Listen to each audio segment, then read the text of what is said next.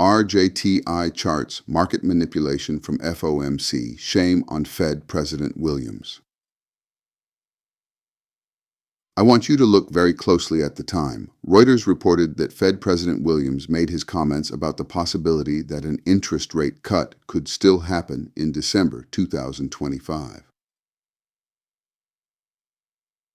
The markets were tumbling on the 20th of November, hitting its 100-day moving average. The yellow line displayed on each chart is the 100-day moving average, NASDAQ 100 index. Standard & Poor 500. Dow Jones Industrials. Invesco QQQ Trust. Laugh out loud. We will never know why Fed President Williams decided to make a statement about the potential for an additional interest rate cut is still a possibility in December 2025. But if one is seeing profits erode from stock holdings in Nvidia, Meta Platforms, ENC, Amazon, Tesla, Netflix, Palantir, and I have the power to influence the markets to stop the bleeding. Huh?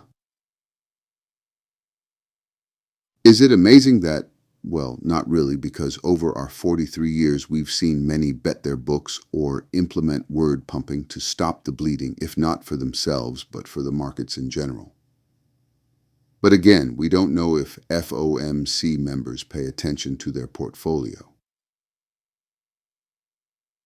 In our opinion, the indices, along with many other stocks, would have extended losses on November 21, 2025, yet how timely was this on the 21st of November?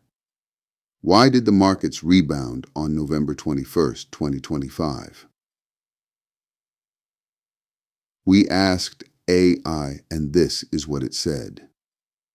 U.S. stocks staged a rebound on Friday, November 21, 2025, after a volatile trading week driven by investor concerns over technology valuations and artificial intelligence stocks.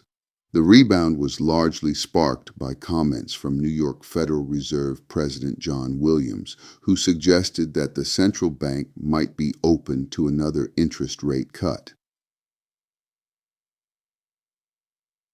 Here's our comfort, and it is that we've had success in forecasting differently against FOMC intended policy change, and one comes to mind is when FOMC claimed it was going to lower interest rates between 2023 and 2025. Our statement on March 19, 2025, 4:46 p.m. Hey, the last time we faded Jerome Powell, intent to cut interest rates for 2023 to 2025, we simply nailed it as he walked back the 2 to 6 interest rates cuts for those years. We said he wouldn't do so. According to our algorithms, any short-term decline for interest rates seems plausible, but only at a 34% chance that it will happen in December 2025. We do see that the percentage may rise to 80% in the first quarter of 2026 for a lowering of interest rates by the FOMC, but this also depends on whether it ends up being so, because of a flight to quality scenario or a black swan event that unfolded we see in the deck of cards too for year 2026 at some point.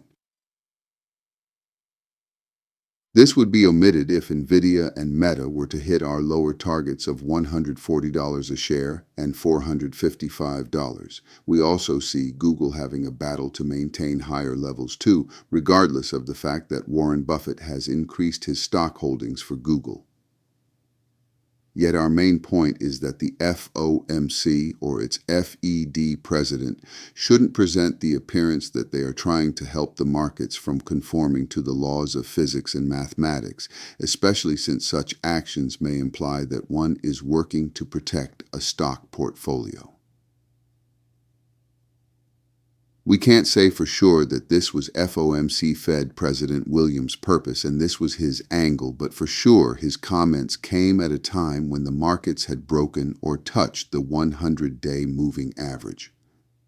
Yet at the end of the day, the laws of physics are superior, and when it has determined its destination, yes, clever interaction can delay, But at the end of the day, physics will still meet at destination, and our algorithms, which are based on the laws of physics and mathematics, still suggest that lower trade is to come.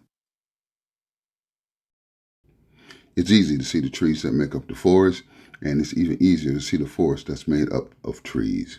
But it's not so easy to see behind the forest. Get your Ramo today.